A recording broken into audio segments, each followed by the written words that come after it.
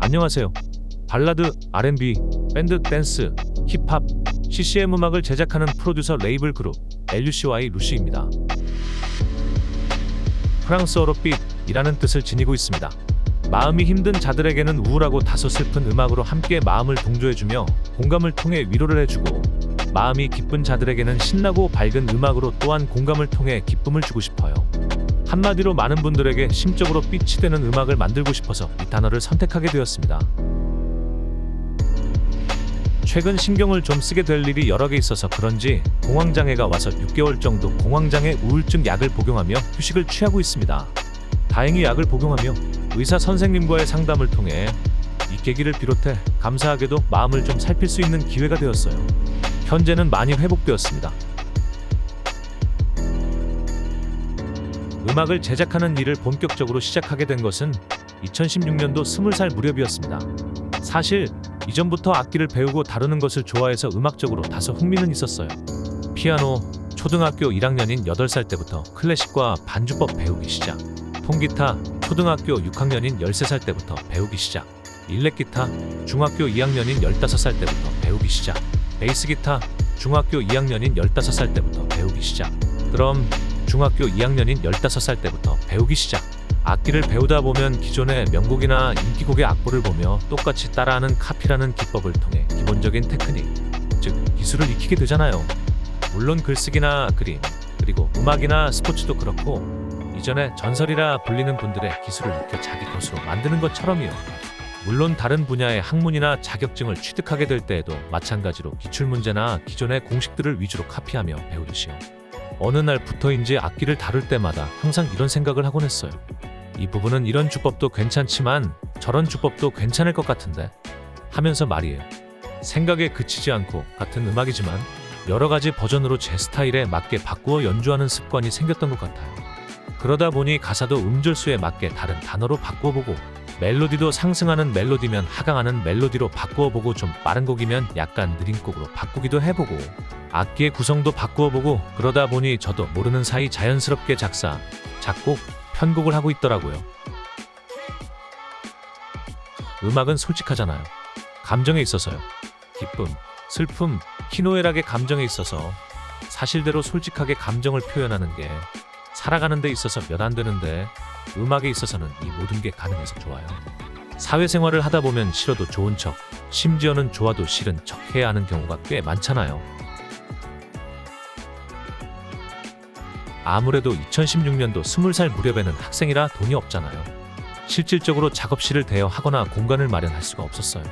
때문에 그동안 모아둔 용돈으로 스쿨뮤직이라는 사이트를 통해 20만원대 상품의 홈레코딩 장비, 마스터 키보드, 오디오 인터페이스, 다이내믹 마이크를 마련해서 교회 속 자그마한 공간의 유아부실에서 무작정 음악을 만들기 시작했어요. 가능할까? 할 수 있을까? 라는 생각은 그때 당시에는 전혀 들지 않았던 것 같아요.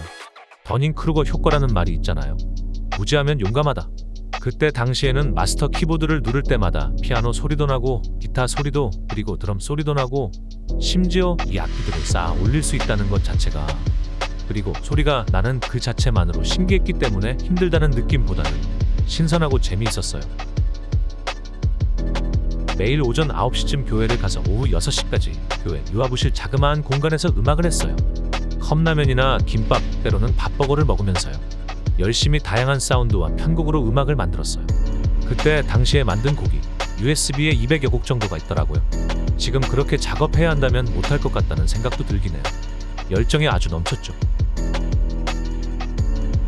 프로듀싱, 작사, 작곡, 편곡, 레코딩, 보컬 세션 튠, 믹싱, 마스터링, 앨범 자켓 팩검, 유통자료 정리, 저작권 등록, 음반심의 대행 신청, 홍보 및 마케팅, 각종 SNS 계정 관리 등등, 네이버 인물 등록도 했고, 레이블 로고도 주문 제작해서 직접 팩업했어요. 이제는 제 전공 분야인 작사와 작곡, 그리고 멜로디 시트 악보 제작 및 앨범 자켓 팩업과 유통자료 정리, 저작권 등록, 음반심의 대행 신청, 홍보 및 마케팅, 각종 SNS 계정 관리만 하고 있어요. 나머지 부분들은 각 분야의 전문가분들에게 작업 요청을 드리거나 협업을 하고 있습니다. 원래 시간이 지날수록 해야 할 범위가 줄어들어야 한다고 하더라고요. 전문성과 작품의 다양성을 위해서요. 그리고 공황장애도 결정적인 이유예요. 겪을 수 있을 만큼의 한계에서 열심히 해야 오랫동안 할 수 있을 것 같더라고요. 좋아하는 일을 말이죠. 물론 처음 시작할 때는 이것저것 하나부터 열까지 모든 과정을 경험해보는 것이 필요하긴 해요. 그래야 협업이든 작업 요청 시에 좀 더 구체적으로 피드백을 드릴 수 있고 각 분야에서 사용하는 최소한의 약어와 은어 그리고 전문어를 자연스럽게 터득할 수 있으니까요. 아티스트나 장르 상관없이 다양하게 듣는 편인데 보통 어느 한 포인트에 꽂히게 되면 계속 그 곡만 듣게 되는 건 있어요. 스윙스 듣고 있어. 스윙스 좀 쉬자. 이센스 비행 이센스 back in time 이센스 AG 이어슨 the lady 유나 기다리다. 유나 비가 내리는 날에는 KCM 흑백 사진 FT 아일랜드 사랑하는 법을 몰라서 등등. 근데 요즘은 너무 딥한 음악은 잘 안 들으려고 해요. 너무 딥해지는 것이 공황과 우울증에 더 안 좋을 것 같아서요. 때문에 좀 밝고 통통 튀는 음악을 주로 들으려고 합니다. 키썸 심상치 않아. 키썸 like it 키썸 love talk 키썸 no jam 요즘에 많이 들어요. 뻔하지 않았으면 좋겠어서요. 사실 예술이라는 것 자체가 옳다 그르다 보다는 개인의 주관적인 성향을 강하게 띠기 때문에 결과적으로는 다양성이라고 생각해요. 때문에 다양한 아티스트들과의 협업을 통해 다양한 음악을 만들고 싶었어요. 그래서 장르도 다양하게 하고 있는 거예요. 이 음악은 이 사람이 만들었을 것 같은데, 이 사람 음악은 또 이런 느낌일 것 같은데 하는 일종의 패러다임이라고 할 수 있는 또 하나의 편견을 느끼시지 않도록 팔색조의 프로듀서가 되고 싶은 점도 이유예요. 사실 작업할 때마다 굉장히 고민하는 부분이고 작곡가라면 항상 예민할 수밖에 없는 점이라고 생각해요. 소수의 경우에는 표절을 일부러 하는 경우도 있겠지만 의도치 않게 표절이 될 수도 있으니까요. 그래서 서점에서 시중에 존재하는 작곡법 책들을 여러 권 구매해서 정독을 여러 번 했어요. 덕분에 기존의 고정관념을 벗어나 음악적으로 새로운 깨달음을 많이 얻었죠. 본론으로 돌아오자면 머릿속에 떠도는 멜로디들은 절대 악보에 넣지 않아요. 사실 하루에도 수백 가지의 좋은 멜로디의 영감들이 떠오르긴 하지만 저도 모르게 어디선가 들었을 수도 있는 음악의 멜로디일 수 있을 거라는 생각이 들어서요. 사람의 잠재의식이 굉장하잖아요. 의식적인 부분보다 무의식적인 면들이 더 강력한 에너지를 갖는 것처럼요. 그래서 딱 두 마디의 멜로디만 소스 삼아서 악보에 기입해요. 전공이 클래식 작곡이었기 때문에 그때의 경험을 바탕으로 이 두 마디의 멜로디를 토대로 동기 작곡을 해요. 그래서 두 마디를 통해 동기 발전을 하여 곡 전체를 아주 멋지게 완성하죠. 처음 음악을 시작했을 당시에는 굉장히 많았어요. 다작을 했으면 좋겠고 또 곡 쓰는 속도가 빠르고 시처럼 사람들 가슴에 타격을 줄 만큼 멋진 가사만 쓰기로 고집했었고요. 하지만 지금은 딱히 그런 욕심들이 없어요. 그때보다 나이가 들기도 했고 성격상 그러한 것들의 기준을 정해놓으면 결국 스스로 그 기준에 마치 쇠사슬처럼 묶여 강박적이게 되더라고요. 그저 항상 멋을 아는 사람이자 멋있는 음악을 하고 싶어요. 멋이라는 것은 남녀노소 적용되는 단어 같거든요. 젊음과 늙음, 여름과 겨울같이 시간이 지날수록 대조적인 차이를 띠며 단어 자체가 상황에 맞게 바뀌어지는 것이 아니라 멋이라는 단어는 젊은이나 어르신분들 뿐만 아니라 계절의 아름다움을 표현할 때 등등 모든 것에 멋이라는 단어는 잘 융합되며 적용되기 때문이죠. 어린 시절부터 사실 책을 많이 읽었어요. 다양하게요. 사회와 문화, 그리고 정치나 인간의 심리 등등 궁금한 게 많고 호기심이 많거든요. 그리고 TV나 유튜브에서 강연도 종종 듣는 편이에요. 단순히 말을 잘하고 싶어서 듣는다기보다는 좀 전에 말씀드렸듯이 멋있게 살고 싶어서요. 멋이라는 것은 단순히 무슨 말을 하거나 특정한 행동을 통해 내가 아닌 타인에게 내가 갖고 있는 무엇인가를 뽐내야만 하는 것이 아니라 그냥 느낌이잖아요. 그 자체로요. 그 느낌을 갖기 위해서는 결국에 끊임없이 배우고 감사하며 절제해야 하는 것 같아요. 좋은 사람에게만 좋은 사람이면 되지 않을까 싶어요. 굳이 그렇지 않은 이들에게 내 자신을 증명해 보이려고 한다거나 내가 살아온 삶을 그들에게 정의 내리며 설득하려고 하는 것은 중요하지 않은 것 같아요. 사실 예전에는 이 세상에 좋은 사람, 나쁜 사람을 구분짓는 것 자체가 싫었어요. 인간은 누구나 존중받아야 하고 존귀한 생명체이니까요. 그래서 누가 더 아깝다 이런 말들이 좀 거북하기도 했어요. 하지만 세상을 살아가다 보니 생각이 바뀌더라고요. 사람은 살아가며 누구나 다 실수와 잘못을 하잖아요. 하지만 또 다시 무덤덤하게 그 실수나 잘못을 저지르는 빈도나 반복을 통해 그 사람의 인격을 알 수 있더라고요. 결국 인격에 따라 좋은 사람과 나쁜 사람이 나뉘는 것 같아요. 사실 어떻게 보면 오히려 이 단어들 자체가 젊은이들과 기성세대들의 분열을 더 일으키는 것 같다는 느낌을 받을 때가 많아요. 한때 TV 강연 프로그램에서 기업인 송길령님과 인지심리학자 김경일님이 하신 말씀이 기억이 나요. 대부분 기성세대 분들의 말씀보다는 요즘 젊은 친구들의 말이 맞는 경우가 많다고요. 부모님과 자녀와의 갈등에서도 말이죠. 왜냐하면 그때는 그때고 지금은 지금이기 때문이래요. 그리고 젊은이와 기성세대들은 과거에 사는 것이 아닌 결국 지금 현재 이곳에 살기 때문이죠. 공감이 돼요. 기성세대 분들의 경험과 시대 상황은 충분히 이해를 해야 하지만 결국 우리 모두는 지금 현재 이곳을 살아가기 때문이죠. 더군다나 예측할 수 없을 정도로 빠르게 변화하는 세상에서 적응이 중요하지 과거의 일화의 안주가 중요하지는 않으니까요. 여러 번 해봤는데 할 때마다 약간씩 다르더라고요. 어쩔 때는 외향적으로 나오고 또 어쩔 때는 내향적으로 나오고. 사람은 그때마다 상황에 필요한 만큼 적응하는 사회적인 동물이기 때문에 그때에 필요한 사회적 스킬들을 익히고 적응한대요. 그래서 MBTI에 그렇게 크게 의존하지는 않는 것 같아요. 더군다나 요즘은 알바나 심지어 취업에서의 이력서조차도 MBTI를 기재한다고 하더라고요. 한편으로 생각해보면 도움이 되긴 해요. 타인의 이해 안 되는 행동이나 때론 갈등을 겪게 될 때 그 사람의 MBTI를 보면 그 사람이 이해가 되는 경우가 있더라고요. MBTI는 16가지 종류로 나뉘잖아요.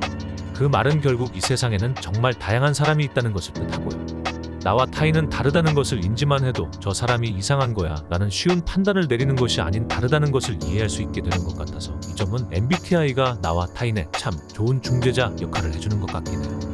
대중음악에서의 주된 주제는 아무래도 사랑인데 사랑이란 유통기한이 있냐 없냐부터 해서 유통기한이 있다면 언제까지라고 생각하는가?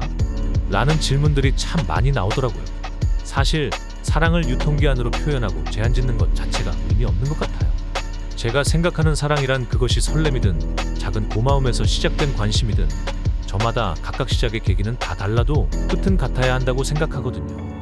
그게 바로 책임감이라고 저는 생각해요. 즉 제가 생각하는 사랑은 책임감이에요. 연애든 결혼이든 결국에는 상대방에 대해 책임감 있게 행동해야 되는 것 같아요. 그런 사람이 결국 좋은 사람이라는 생각이 들고요.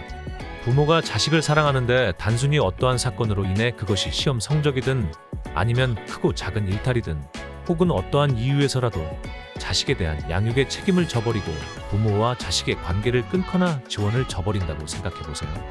이것을 보고 진정한 사랑이라고 부를 수 있을까요? 아니죠? 결국에는 책임감이라고 생각해요. 내가 사랑해서 만난 배우자와 결혼해서 낳은 자녀를 육체적으로 정신적으로 건강하게 잘 성장하도록 지지해주고 믿어주는 건 결국 이게 사랑인 거잖아요.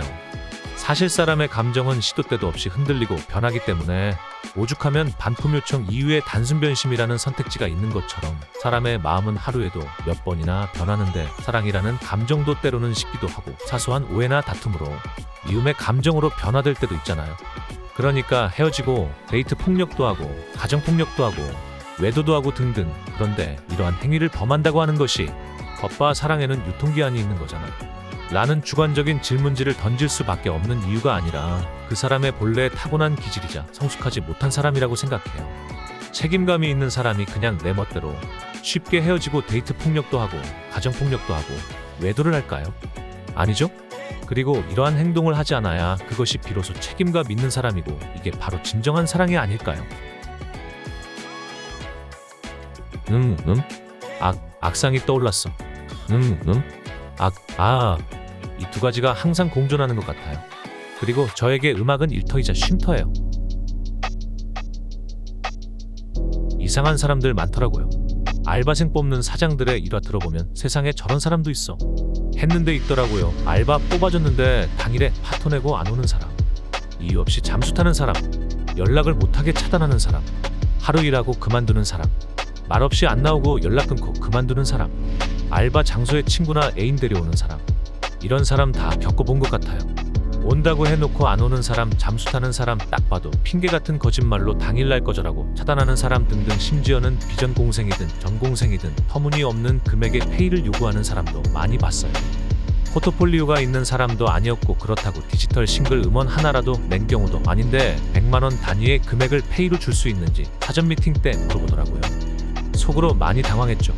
왜냐하면 그럴 만한 실력이나 인지도를 갖고 계신 분도 아니었으니까요. 그리고 어떤 사람은 함께 작업을 하며 입봉을 시켜줬거든요. 그 대신 조건으로 피아노 커버를 해주기로 했으면서 그 뒤로 연락이 잘 안 되더라고요. 화도 나고 이렇게 양심 없는 사람이 피아노 전공을 하나 싶었어요. 사실 음악이든 미술이든 특히 예체능 쪽의 계열에 종사하시는 분들은 로봇으로 일하시는 분들이 아주 많거든요. 더군다나 좋은 경험이나 기회가 온다면 금액을 생각하기보다 작품의 가치에 중점을 두는 분들도 꽤 많고요. 저희도 그랬고요. 일하러 음악 계정으로 연락을 주고받은 배우분이 계셨는데 그분은 노래가 정말 좋다며 상호 로봇으로 작업을 해도 괜찮으니 매니저 번호를 알려주신다고 했던 분도 계셨어요. 뮤비 시나리오가 나오면 꼭 보내달라고 하시면서요. 내심 정말 감동했고 너무 감사했죠. 어쨌든 본론으로 돌아오자면 이상한 사람 정말 많더라고요. 세상에 현타가 오기도 했지만 이젠 그냥 그러려니 해요. 세상에는 다양한 이상한 사람 많다는 말 이해가 되더라고요.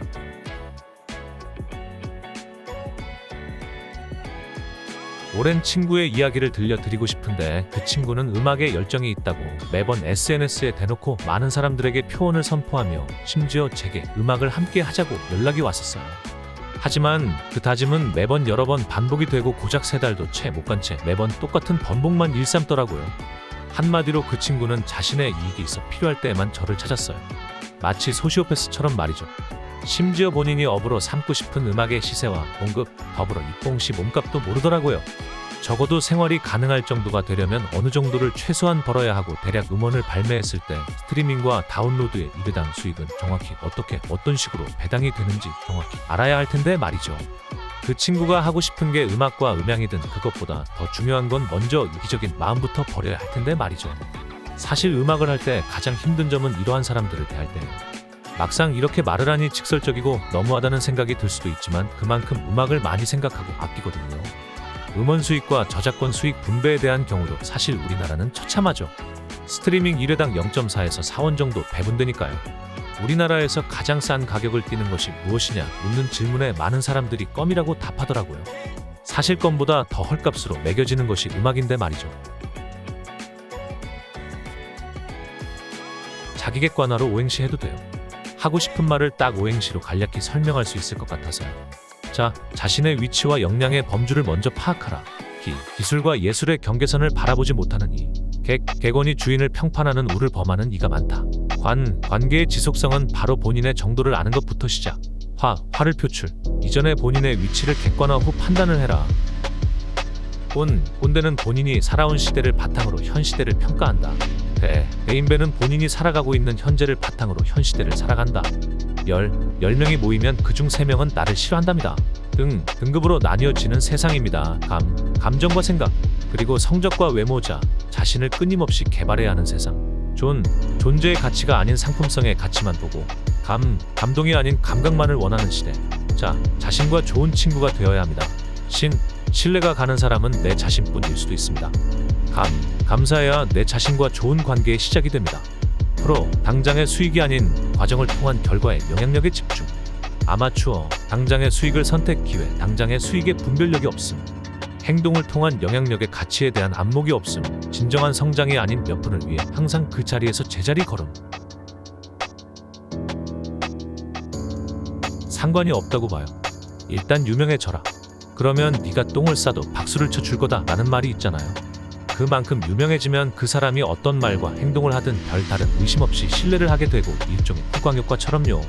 사실 실력이 없어도 방송이나 언론을 통해 인기를 얻게 되면 자연스레 돈은 따라오는 경우도 많고, 실력이 있어도 여러 가지의 경우로 대중들에게 알려지지 못하면 큰 수익을 기대하기는 어려우니까요. 학창시절 때 성적이 행복순과 부의 순이 아니듯 결론은 음악에서의 실력과 돈은 별개라고 생각해요. 오히려 얼굴이 대중에게 알려져 인기가 생겨야 돈과 관련이 있는 것 같아요. 믿음이 가는 사람이요. 왜냐면 제가 그런 사람들을 좋아하거든요. 그런 사람이 되고 싶어요. 무슨 말을 하든 이유를 대며 떵떵거리고 증거를 대며 말을 해도 왠지 모르게 의심이 가고 믿음직스럽지 못한 사람이 있잖아요. 반면에 이유도 없고 특별하게 증거도 없지만 그 사람이 하는 말이면 진심일 것 같고 왠지 모르게 믿음이 가는 사람이 있듯이요.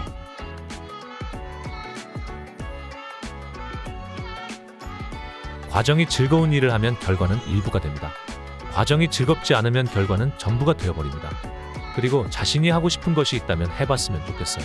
우선 그것이 준법적으로나 도덕적으로 문제가 되지 않는다면 말이죠. 사실 후회라는 것은 어느 쪽을 선택하든 정도의 차이만 있을 뿐 미련이 남을 수밖에 없지만 그래도 그 후에나 미련이 최소한으로 남는 건 결국 내가 하고 싶은 것을 내가 하고 싶은 때 했을 때 같아요. 인생에는 뭐든지 때가 있다고 하잖아요. 근데 사회가 지금까지 정해놓은 그때가 모든 사람에게 맞는 게 아니듯 내가 하고 싶은 것을 내가 하고 싶을 때 하는 것이 결국 자기 자신에게 가장 맞는 때가 아닌가 싶어요. 그게 공부든 취업이든 여행이든 무엇이든지요. 물론 그 과정에서 성공이나 실패 혹은 선택에 관해서 후회가 있을 수 있지만 해봄으로써의 후회는 경험과 배움이 남고 추후에 할지 말지 선택권은 내 자신에게 있지만 해보지 못한 것들에 대한 후회는 미련과 환상만 남을 뿐 추후에 할지 말지 선택권은 시간적 상황적 여유가 되어야 할 수 있으니 말이죠. 그리고 어느 한 방송에서 어느 남자 배우분의 어머니께서 이런 말을 하셨다고 하더라고요. 아직까지 기억에 남는 좋은 말이에요. 어린이들을 너무 무시하거나 나무라지 마라. 네가 걸어온 길이다. 노인분들을 너무 멸시하거나 한탄하지 마라. 네가 걸어갈 길이다. 사실 이것만 마음에 새겨 놓아도 MZ세대와 꼰대세대의 갈등이 한층 더 줄어들지 않을까 싶어요. 지금 이곳 현재에 사는 게 제일 좋다고 하잖아요. 훈련소 기간 동안 자유시간으로 주어진 개인 시간을 활용해 책을 여러 권 읽어보았어요. 한 책의 내용이 아직도 인상 깊게 남는데 인생은 책과 같다고 해요. 한 사람의 100살까지의 인생을 100페이지의 책이라고 한다면 20살의 사람은 현재 20페이지를 읽어 나가는 중이고 77살의 사람은 현재 77페이지를 읽어 나가는 중이라고 말이에요. 다만 책과 인생의 가장 큰 차이점은 책은 언제든 자기 마음대로 읽었던 부분을 다시 들추어 볼 수 있고 읽지 않은 뒤 부분을 마음대로 오갈 수 있지만 인생이란 책은 절대 이미 지나온 페이지를 다시 읽을 수도 저 뒤 페이지를 미리 들추어 볼 수도 없죠. 그러니 지금 현재 인생이란 책 페이지는 지금 이 순간 열심히 꼼꼼히 읽어나가야 한다고 말이에요. 인생이란 책은 절대 여러 번 읽을 수 없고 딱 한 번만 읽을 수 있으니 말이죠. 결론은 그래서 지금 이 순간을 최선을 다해서 살아가려고 항상 마음먹어요. 물론 과거의 회상에 추억에 잠기거나 후회할 때도 종종 있고 미래에 대한 기대나 걱정도 있긴 하지만 최대한 포커스를 현재에 맞추려고 합니다.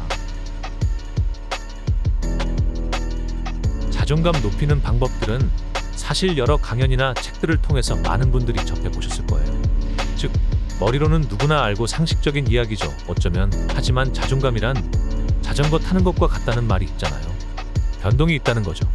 오르막처럼 힘들 때도 있고 내리막처럼 편할 때도 있으며 휘청거릴 때도 있고 때로는 넘어질 때도 있고 단 그때 그냥 넘어져 있는 것이 아니라 다시 일어나는 것이 중요하듯 자존감 높이는 방법을 알고 아무리 책을 읽더라도 그 이론적인 머릿속의 식들을 단 하나라도 자신의 삶에 실천해 보는 것이 중요하다고 생각해요. 그리고 책을 한 번 읽고 강연을 들었다고 해서 자존감이 높아지지는 않고 그 이론을 한 가지라도 실천해보고 자전거를 탈 때와 같이 여러 가지 흔들리고 넘어지는 상황들 속에서 다시 일어날 수 있는 힘을 가지는 게 중요한 것 같아요. 자존감 높이는 법을 안다고 안 넘어지고 휘청거리지 않는 것이 아니라 넘어져도 다시 일어날 수 있는 힘, 휘청거려도 앞으로 다시 나아갈 수 있는 힘이 결국 자존감이니까요. 그리고 자존감은 아무래도 비교에서 비롯되는 경우가 많잖아요. 자신과 남을 비교할 수밖에 없는 상황적 시스템이 비교적 많은 것 같아요. 사실 TV 속 드라마나 영화의 멋지고 예쁜 배우를 통해 각종 SNS들을 통해 말이죠. 사실 그것이 실상은 아니잖아요. 사실 단체 사진 한 장을 찍을 때도 그 2에서 3초 정도 되는 짧은 순간을 잘 담기 위해 그때 자신의 기분이 좋든 나쁘든 간에 묵듯이 TV나 SNS도 마찬가지잖아요. 단 한 장의 게시물을 올릴 때도 그 단 한 장을 위해 수십 장의 사진을 찍고 필터를 씌우며 보정도 하고 그중 어느 사진이 좋은지 고민을 하며 항상 행복하고 즐겁고 잘 나온 잘 살고 있는 사진만을 올리는 경우가 많잖아요. 시험에 떨어져 기분이 안 좋고 좋아하는 사람에게 배신을 당해 울고 있는 모습, 하는 일이 잘 되지 않아 우울한 모습, 이러한 것이 사실 우리들의 일상이지만 이러한 것을 남들에게 보여주는 것을 원치는 않으니 당연히 SNS는 우리에게 괴리감을 주는 것이고요. 비교 자체를 아예 하지 않으려고 노력을 하는 것은 쉽지는 않아요. 대신 비교를 하되 양측을 균등하게 비교해서 균형을 잡는 게 중요한 것 같아요. 예를 들면 내가 시험 성적을 70점이라면 80점, 90점만 보고 우울해하고 낙심하는 것이 아니라 나보다 점수가 낮은 30점, 40점도 있으니 난 그래도 행복한 거야. 이 정도면 괜찮지 뭐. 이런 식의 양측을 균등하게 비교해야 된다고 생각해요. 사실 이래야 공평하고 공정한 비교가 아닐까요? 물론 나보다 못한 사람들을 보고 잘난 체 하는 느낌이 아니라 나보다 더 못한 사람들도 계신데 난 이 정도면 행복한 거지. 감사해야 하는 일이지. 이런 느낌이 중요한 것 같아요. 위쪽이나 아래쪽만 비교하는 것은 한쪽으로 치우친 것이니까요. 이왕 비교할 거면 위와 아래를 비교해야 모두 균등한 적절한 비교이니까요. LUCY 루시는 프랑스어로 빛나다 라는 뜻을 지니고 있습니다. 음악으로 많은 사람들에게 빛이 되는 음악을 만들고 싶어서 이 단어를 사용하게 되었습니다. 밝은 노래는 밝음으로써 사람들의 마음을 들뜨고 설레게 하고, 때론 어둡고 우울한 노래는 힘들어하고 우울해하는 사람들의 마음을 위로해주기도 하듯, 음악으로 많은 사람들의 마음에 빛이 되는 음악을 앞으로 계속 들려드리려고 합니다. 많은 응원과 관심 부탁드립니다.